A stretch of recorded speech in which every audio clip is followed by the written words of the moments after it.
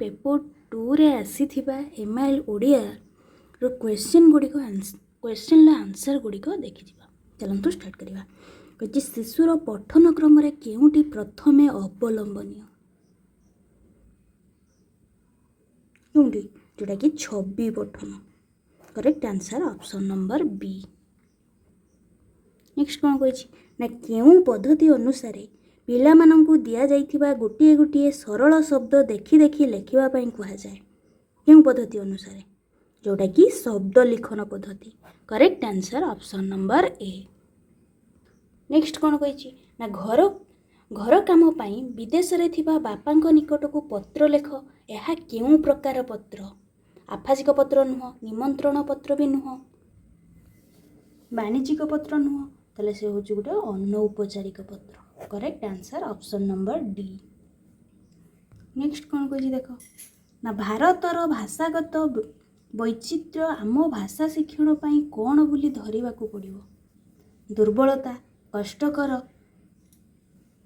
ना सबलता ना दुर्बोध? जी correct answer option number C सबलता। नेक्स्ट कौन कही शब्द और अर्थ मध्य थिबा संबंध और पार्थक्य जानिबा केउं दक्षतार विकास घटाए? केउं दक्षतार? स्वशिक्षण तो नुह, कथन भी नुह, लिखन भी नुह, ताले व्यावहारिक व्याकरण। Correct answer option number D. Next कौन कही ना केउंटी सुरेंद्र महांती रचना नुह? कोडा नुह?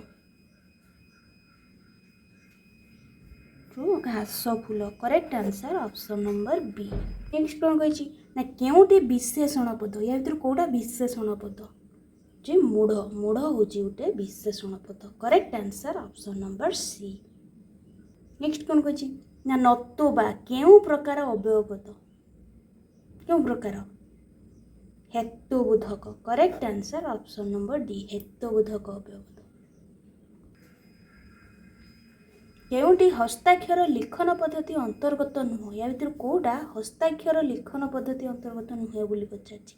शब्द शब्द मध्य उपयुक्त व्यवधान रखिबा ये तो हबो।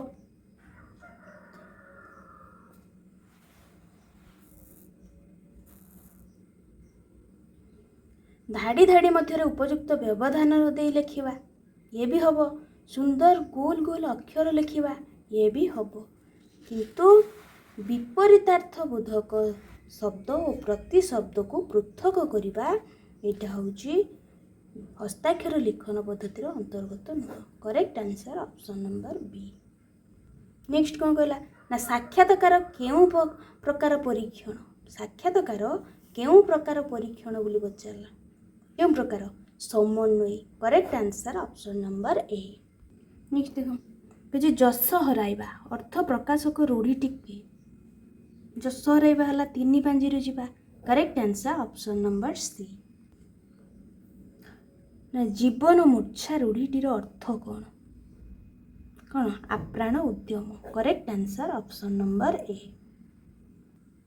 नेक्स्ट कौन कही अत्युक्ति शब्द रे अति उपसर्गटी केउं अर्थ रे व्यवहृत होइछि?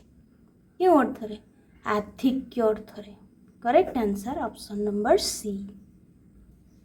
नेक्स्ट कौन कही ना वैद्य शब्दटी केउं प्रत्यय निष्पन्न? वैद्य हला अ। Correct answer option number B अ प्रत्यय निष्पन्न। नेक्स्ट देखो कही केउंटी सूर्य शब्दर एकार्थक शब्द नुह? या भीतर कोउटा सूर्य शब्दर एकार्थक शब्द नुहे बोली पचारछि? कोउटा? दीनबंधु। Correct answer option number A. Next कौन कही ना पिलाटीर भाषा शिक्षा केउंठारे समृद्ध और परिमार्जित होइथाय? केउंठारे? परिवार रे ना सांग मेल रे ना सभा समिति रे ना विद्यालय रे? जोटा कि विद्यालय रे। Correct answer option number D. व्यापक पठनर लक्ष्य कौन? बोध ज्ञान हासिल तो नुह, क्लिष्ट शब्दर परिचिति भी नुह, जी आनंद व्यापक पठनर लक्ष्य होची कौन ना आनंद प्राप्ति। Correct answer option number C. Next कौन कही ना परजा उपन्यासर लेखक किए?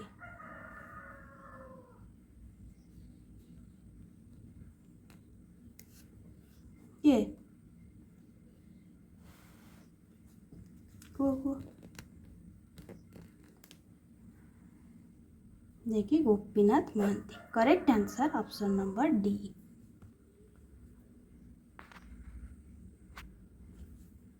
କେଉଁଟି ଉତ୍ତଳ ଶବ୍ଦର ବିପରୀତାର୍ଥବୋଧକ ଶବ୍ଦ? କୋଉଟା? ଯୋଉଟାକି ଅବତଳ। କରେକ୍ଟ ଆନ୍ସର ଅପସନ୍ ନମ୍ବର ବି।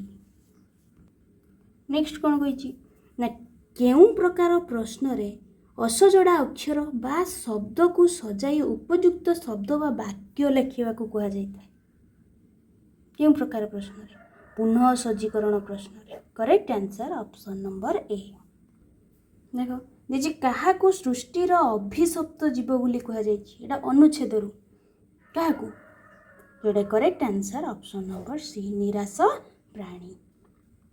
ନେକ୍ସଟ ଦେଖ କ'ଣ କହିଛି ନା ଅନ୍ଧକାର ମଧ୍ୟରେ କିଏ ଆଲୋକ ଧରି ଗନ୍ତବ୍ୟ ପଥ ପରିଷ୍କାର କରିଥାଏ? କିଏ? ଯିଏକି ଆଶା। କରେକ୍ଟ ଆନ୍ସର ଅପସନ୍ ନମ୍ବର ବି। ଯେ କାହାକୁ ଜାଗ୍ରତ କରିବାକୁ ଅଙ୍କୁଶ ନାହିଁ? କାହାକୁ? ଯାହାର ଅଭାବ ନାହିଁ। Correct answer option number A. Next କ'ଣ କହିଛି କାହାର ନିର୍ଦ୍ଦେଶରେ ଜୀବନରେ ଦୁଃଖ ସୁଖ ବିପଦ ଓ ମୃତ୍ୟୁ ଆସିଥାଏ? କାହାର? କର୍ମର ନୁହଁ, ଆଶାର ବି ନୁହଁ, ଦୁର୍ଯୋଗର ବି ନୁହଁ, ତାହେଲେ ଭାଗ୍ୟର। Correct answer option number D. କ'ଣ କହିଛି ନା କିଏ ଧରା ସମ୍ପଦର ଅନ୍ତର୍ଭୁକ୍ତ? କିଏ? ଦୁଃଖ ଆଉ ଦୁର୍ବିପାକ। Correct answer option number A. ବୁଝିପାରିଲ? ଭଗିନୀ ପିଠାପଣା କାହିଁକି ଖାଉନଥିବେ? କାହିଁକି? ଭାଇମାନେ ଘରକୁ ଫେରି ନଥିବାରୁ। କରେକ୍ଟ ଆନ୍ସର ଅପସନ୍ ନମ୍ବର ବି। ନେକ୍ସଟ କ'ଣ କହିଛି ନା ଜାହାଜ କେଉଁଠି ଫାଟି ଯାଉଥିବ ବୋଲି କବିତାଂଶରେ କୁହାଯାଇଛି? କେଉଁଠି? ନା ହୃଦ ସାଗରରେ। Correct answer option number A. Next କ'ଣ କହିଛି ନା ରଜନୀକୁ କରାଳ କାହିଁକି କୁହାଯାଇଛି? କାହିଁକି? ରାତି ଅନ୍ଧକାରାଚ୍ଛନ୍ନ ହୋଇଥିବାରୁ। Correct answer option number D. Next କ'ଣ କହିଛି ରାତ୍ରିର ଝଡ଼ ବର୍ଷା ସମୟରେ ପିଲାମାନେ କ'ଣ କରୁଥିଲେ? କ'ଣ କରୁଥିଲେ? ନା ଶୋଇ ପଡ଼ିଥିଲେ। କରେକ୍ଟ ଆନ୍ସର ଅପସନ୍ ନମ୍ବର ବି। ନେକ୍ସଟ ଦେଖ କହିଛି ଅପେକ୍ଷାରତ ମା ଭଉଣୀମାନେ ଥରକୁ ଥର କାହିଁକି ଚମକି ପଡ଼ୁଥିଲେ? କାହିଁକି? କାହିଁକି ନା ପବନର ସୁ ସୁ ଶବ୍ଦ ପିଲାମାନଙ୍କର ଡାକ ପରି ମନେ ହେଉଥିବାରୁ। Correct answer option number C.